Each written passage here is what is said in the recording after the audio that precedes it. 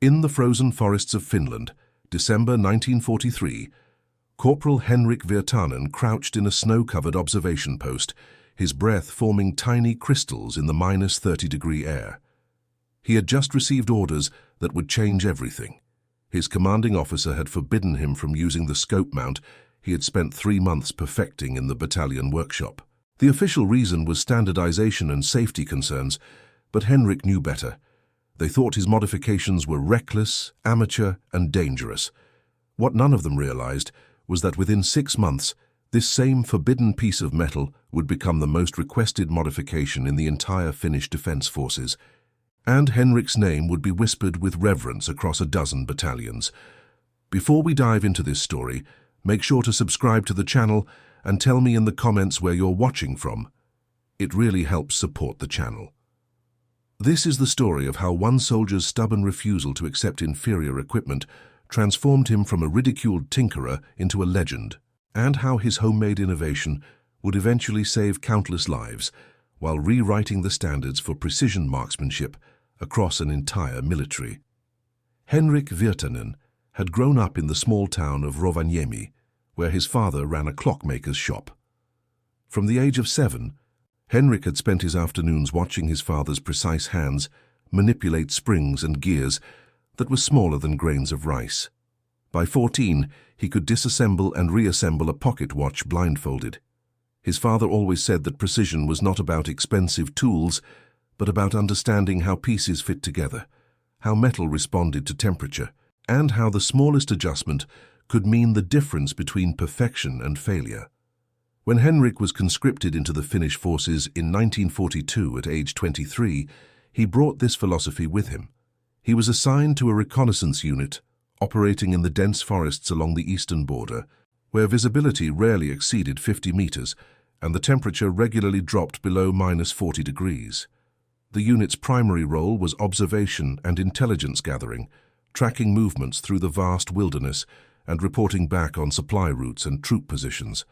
Henrik's problems began almost immediately with the standard-issue Mosin Nagant rifle and its scope mounting system.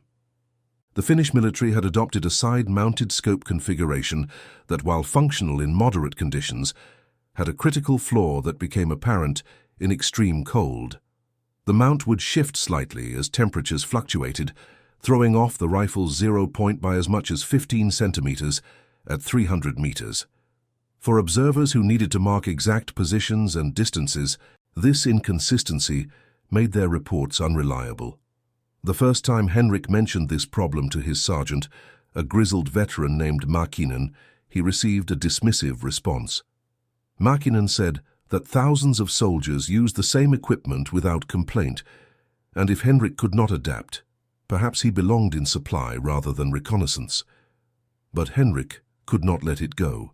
During his off-duty hours in the battalion workshop, he began measuring, calculating, and sketching designs. He borrowed micrometers from the motor pool, traded cigarettes for access to precision files, and spent hours studying how temperature affected different metals. He noticed that the standard mount used 2 different types of steel that expanded at different rates in cold weather. This differential expansion, tiny as it was, created just enough movement to throw off accuracy. His solution was elegant in its simplicity. Henrik designed a mount made from a single piece of Swedish steel, carefully heat-treated to maintain its properties at extreme temperatures. The mount attached at 3 points instead of 2, distributing stress evenly, and eliminating the twisting motion that caused the original mounts to shift. He added small copper shims that he could adjust with a specialized tool he made from a filed-down wrench. The entire system could be fine-tuned in the field and maintained its 0 point across a 70-degree temperature range. The creation of this mount took Henrik 3 months of evening work.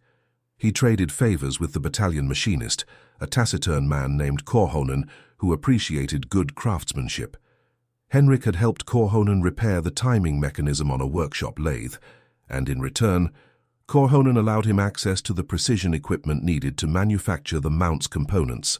When Henrik finally installed his completed mount on his rifle in early December 1943, the difference was immediately apparent. He could observe and mark target positions with an accuracy that his fellow soldiers found remarkable. On practice exercises, Henrik could identify and record coordinates for objects at ranges where others could barely confirm if something was present. His observation reports became known for their precision, with distances measured to within 2 meters, at ranges exceeding 500 meters. This is when Lieutenant Järvinen took notice, and not in the way Henrik had hoped.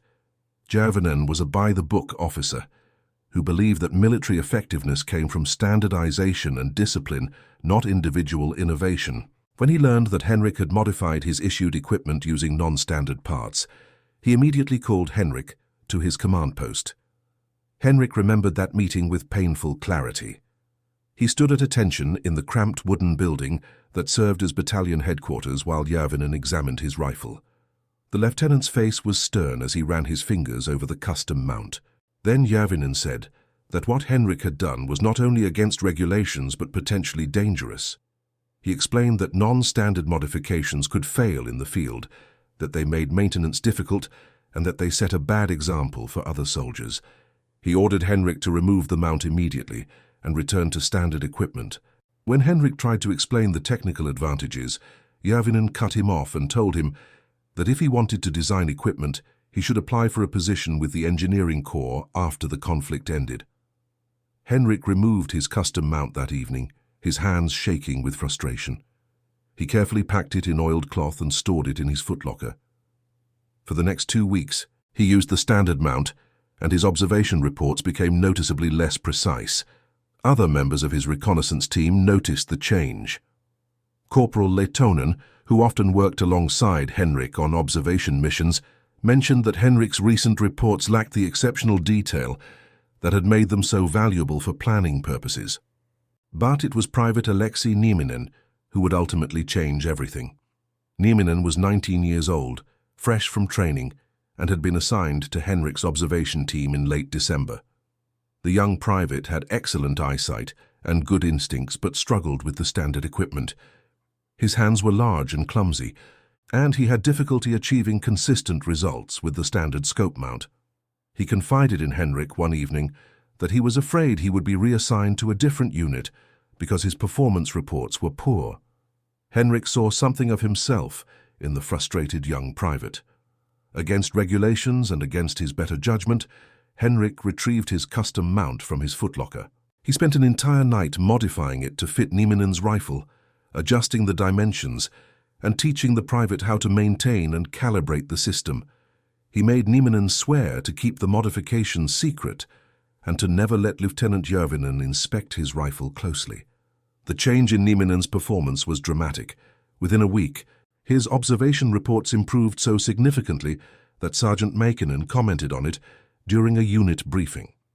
Nieminen's ability to mark positions accurately became crucial during a major observation operation in January 1944, when their unit was tasked with monitoring a critical supply route through a valley where opposition forces were suspected of moving equipment under cover of the frequent snowstorms. The operation lasted 12 days, with Henrik's team maintaining round-the-clock observation from concealed positions in the forest. Temperatures dropped to -35 degrees, and visibility was often reduced to less than 100 meters due to blowing snow. During a brief clearing on the 7th day, Nieminen spotted movement on the far side of the valley, approximately 800 meters from their position. Using his modified scope mount, he was able to identify and mark the precise coordinates of a camouflaged supply depot that had been established in what appeared to be an abandoned hunting lodge. This information proved invaluable. Finnish command was able to track the depot's activity patterns and determined that it was a staging area for a planned operation. The intelligence gathered by Nieminen's accurate observations allowed Finnish forces to preemptively reinforce defensive positions and ultimately led to the cancellation of the opposition's planned advance, avoiding what could have been a significant engagement. The success of this operation brought attention to Nieminen's exceptional performance, and inevitably, someone noticed his non-standard equipment. This time, however, the inquiry came not from Lieutenant Järvinen, but from Captain Virtanen, the battalion's intelligence officer. Captain Virtanen was no relation to Henrik, but shared his appreciation for practical results over rigid adherence to regulations. Captain Virtanen called both Henrik and Nieminen to his office on a cold morning in late January. Unlike Järvinen's interrogation, this meeting had a different tone. Virtanen examined Nieminen's rifle carefully, asking technical questions about the mount's construction and functionality. He wanted to understand exactly how it worked and why it performed better than standard equipment. Henrik explained his design philosophy, his testing methodology, and the specific problems he had identified with the original mounting system. Captain Virtanen listened without interrupting, occasionally making notes on a pad of paper. When Henrik finished his explanation, Virtanen was quiet for a long moment. Then he said something that Henrik had not expected. He told Henrik that he was wrong to disobey Lieutenant Järvinen's direct order, and that breach of discipline could not be overlooked. However, he also said that innovation was essential for military effectiveness, and that solving problems was more valuable than following flawed procedures. He gave Henrik an official reprimand for the regulations violation, which would be noted in his service record, but he also did something unprecedented. He ordered Henrik to document his design completely, with measurements, material specifications, and assembly instructions. He wanted a prototype that could be evaluated by the battalion's senior officers. Henrik worked for 2 weeks on the documentation. He created detailed drawings, wrote step-by-step assembly instructions, and built 2 additional prototypes that demonstrated the mount's performance across different rifle configurations. He included temperature test data, showing how the mount maintained 0 point through temperature cycles that would have caused significant drift in standard equipment. He even calculated the manufacturing cost, demonstrating that his design could be produced for approximately 30% less than the imported scope mounts the military was currently purchasing. The evaluation committee consisted of Captain Virtanen, Lieutenant Järvinen, Sergeant Mäkinen, and 2 officers from division headquarters, Major Koskinen and Captain Laaksonen. The testing took place over 3 days in early February at the battalion's firing range. They compared Henrik's mount against standard equipment across multiple rifles, different temperature conditions, and various shooting positions. The results were indisputable. Henrik's mount maintained accuracy across conditions where standard equipment showed measurable drift. The 3-point attachment system proved more stable during movement, and the field-adjustable calibration system allowed soldiers to fine-tune their equipment to compensate for individual variations in eyesight and shooting technique. Even Lieutenant Järvinen, who had been openly skeptical, had to acknowledge the technical superiority of Henrik's design. Major Koskinen was impressed not just by the mount's performance, but by Henrik's systematic approach to problem-solving. The Major had spent 20 years in the Finnish military and had seen countless soldiers complain about equipment, but few who actually proposed viable solutions.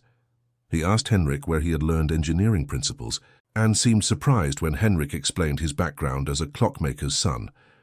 Koskinen said that precision was precision, whether applied to watches or weapons, and that the military needed more soldiers who understood this principle. The official decision came down in mid-February. Henrik's design would be approved for limited production, with an initial run of 50 units to be distributed among reconnaissance and observation personnel for field evaluation. Henrik himself would be temporarily assigned to the workshop to oversee production and train other soldiers in the proper installation and maintenance of the mounts. It was an unusual assignment, blurring the lines between combat and support roles, but Captain Virtanen had argued that Henrik's expertise was too valuable to waste. The production work brought Henrik into contact with soldiers from across the battalion and eventually from other units. As word spread about the improved equipment, soldiers began requesting transfers to Henrik's unit, or asking if they could purchase the mounts privately. Henrik found himself explaining his design philosophy repeatedly, teaching others to take measurements, to understand how metal responded to stress and temperature, and to think systematically about problem-solving. One of the soldiers who came to learn from Henrik was Lieutenant Järvinen himself. In a private conversation in the workshop one evening in March, Järvinen admitted that he had been wrong to dismiss Henrik's innovation so quickly. He explained that his rigid adherence to regulations came from a place of genuine concern for soldier safety and unit cohesion, but that he had failed to distinguish between arbitrary rules and practical wisdom. He said that Henrik had taught him an important lesson, about the difference between discipline and inflexibility. This conversation marked a turning point in their relationship. Järvinen became one of the strongest advocates for Henrik's design, writing detailed reports to division headquarters about its effectiveness and recommending that it be adopted as standard equipment across all reconnaissance units. His endorsement carried significant weight because of his previous skepticism and his reputation as a strict adherent to proper procedures. By April 1944, Henrik's mount was being manufactured in quantities of several hundred units per month. The battalion workshop had been expanded, and 3 additional machinists had been trained in its production. Soldiers who received the new mounts reported significant improvements in their ability to perform accurate observations, particularly in the extreme temperature conditions that characterized combat operations in northern Finland. But the true measure of the mount's success came not from official reports, but from the quiet conversations in foxholes and observation posts. Soldiers began to trust their equipment in ways they had not before. They knew that when they marked a position, the coordinates would be accurate. They knew that their observations would be reliable, that intelligence officers would act on their reports, and that their work mattered. This confidence translated into better performance across the entire reconnaissance network. Henrik's personal effectiveness as an observer also reached remarkable levels. With his custom mount and his deep understanding of its capabilities, he became known for observations that bordered on the impossible. On one memorable occasion in May 1944, Henrik spotted and identified a concealed observation post from a distance of over 1,000 meters, something that should have been impossible given the camouflage and terrain. His report allowed Finnish forces to monitor the post's communications and gain valuable intelligence about opposition planning. The intelligence gathered from Henrik's observations during this period contributed to successful defensive operations across a front that stretched over 200 kilometers. While Henrik never fired his rifle at opposing forces, his ability to accurately identify and report on positions, movements, and installations made him one of the most valuable soldiers in his battalion. Other soldiers began referring to him as the ghost who sees everything, a nickname that embarrassed Henrik, but that stuck nonetheless. What made Henrik's story particularly remarkable was how it changed attitudes toward innovation throughout the battalion and eventually throughout the division. Soldiers began bringing their own ideas for equipment improvements to the workshop. Some were impractical or unnecessary, but others showed genuine insight into solving real problems. A motor pool mechanic designed a better cold weather starting system for trucks. A communications specialist developed a more reliable antenna mount for field radios. A cook created a more efficient portable stove that used less fuel and produced more heat. Captain Virtanen encouraged this culture of innovation, creating a formal process for soldiers to submit improvement proposals. He established a review committee that met weekly to evaluate suggestions and allocate resources for promising ideas. Not every proposal was successful, but the process itself changed how soldiers thought about their work. Instead of passively accepting equipment limitations, they began to see themselves as active participants in improving military effectiveness. The transformation of Henrik from a frustrated corporal with a forbidden modification to a recognized innovator took less than a year, but its impact lasted far longer. By the time the conflict ended, Henrik's scope mount design had been adopted not just by Finnish forces, but had been studied by military observers from several allied nations. Swedish and Norwegian military delegations visited the battalion to see the mount and learn about the innovation process that had produced it. Henrik himself remained modest about his achievement. When asked about his success, he always credited his father's teaching about precision and patience. He said that the mount was not a revolutionary invention, but simply a careful application of known principles to a specific problem.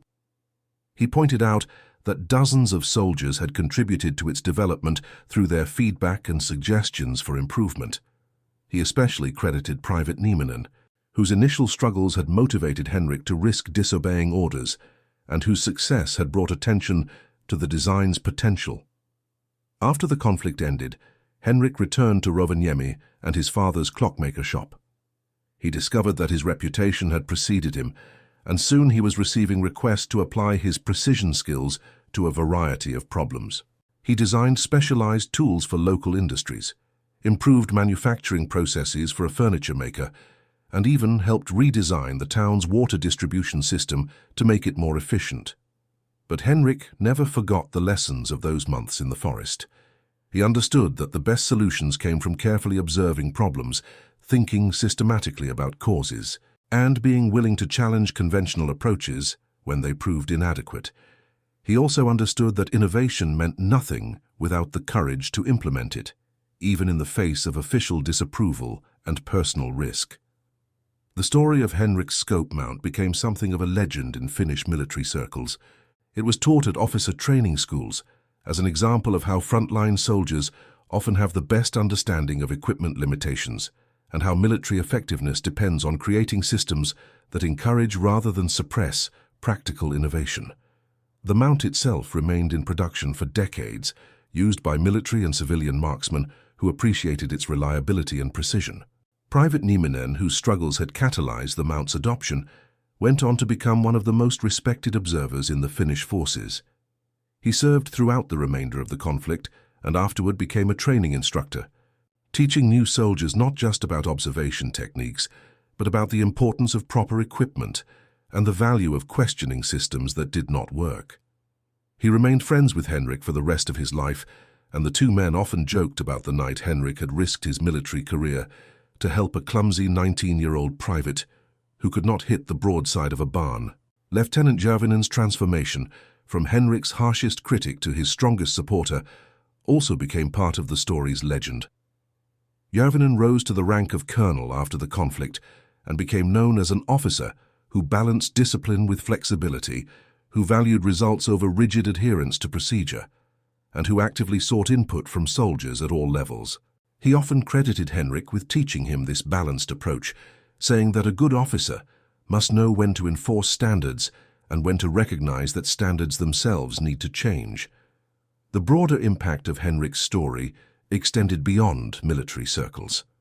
In post-conflict Finland, as the nation rebuilt and modernized, Henrik's example of practical problem-solving and systematic innovation became emblematic of a national character that valued ingenuity and persistence.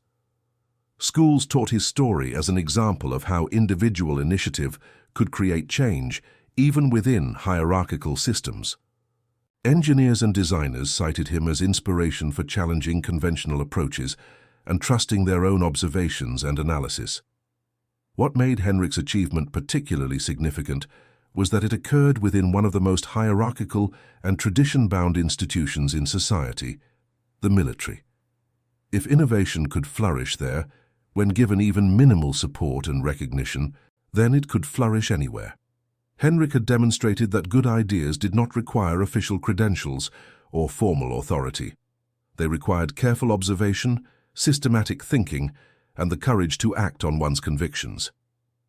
The homemade scope mount that military authorities had initially banned as dangerous and non-standard became a symbol of how frontline experience and practical knowledge often surpass theoretical expertise and administrative preference. Henrik's 3 months of evening work in a battalion workshop, using borrowed tools and traded favors, produced a solution that professional military engineers had failed to develop, despite having vastly greater resources and official mandates to improve equipment. This paradox, that an amateur clockmaker could outperform professional military designers, revealed an important truth about innovation. The people closest to problems often see solutions that experts miss, not because they are more intelligent, but because they experience the problems directly and viscerally. Henrik had frozen his fingers while trying to adjust a scope mount that would not hold its zero. He had watched coordinates drift as temperatures dropped. He had felt the frustration of knowing exactly where something was but being unable to mark it accurately. This direct experience gave him insights that no amount of theoretical knowledge could replace. The mount's success also demonstrated the importance of systematic testing and documentation. Henrik had not simply built something that worked for him personally, he had created a design that could be replicated, taught, and scaled. His careful documentation, with precise measurements and material specifications, allowed other soldiers to benefit from his innovation. This attention to detail inherited from his father's clockmaking discipline, transformed a personal solution into a systemic improvement. In the years following the conflict, Henrik occasionally gave talks at military academies and engineering schools. He always emphasized the same themes. First, that precision matters, that the difference between adequate and excellent often comes down to millimeters and fractions of degrees.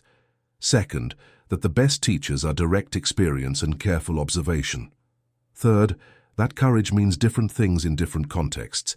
Sometimes it means charging forward, but sometimes it means quietly refusing to accept inadequate tools and dedicating yourself to making something better. Henrik's story resonated particularly strongly with young soldiers and engineers who felt frustrated by systems that seemed to value conformity over effectiveness. They saw in his example permission to trust their own observations and to act on their convictions even when doing so meant challenging authority. But Henrik always cautioned against simple rebellion. He pointed out that he had not ignored Lieutenant Järvenen's concerns out of arrogance, but had carefully considered them, and concluded that the technical arguments for his design outweighed the administrative preference for standardization. He had been willing to accept official reprimand because he believed the potential benefit justified the risk. This nuanced understanding of when to follow rules and when to challenge them became one of the most valuable lessons of Henrik's story. He demonstrated that effective innovation requires not just technical skill, but also judgment, diplomacy, and the ability to work within systems even while trying to change them. His success came not from pure rebellion, but from a careful balance of persistence and respect for legitimate authority. The final irony of Henrik's story was that the military establishment that had initially banned his modification eventually honored him for creating it. Years after the conflict, Henrik received several commendations recognizing his contribution to military effectiveness. He accepted these honors with grace, but with a slight smile that those who knew him understood. The smile said that he had been right all along, that his banned scope mount had been superior to standard equipment, and that sometimes the best vindication comes not from official recognition, but from the quiet knowledge that you solved a problem that needed solving. And that concludes our story. If you made it this far, please share your thoughts in the comments. What part of this historical account surprised you most? Don't forget to subscribe for more untold stories from World War II and check out the video on screen for another incredible tale from history. Until next time.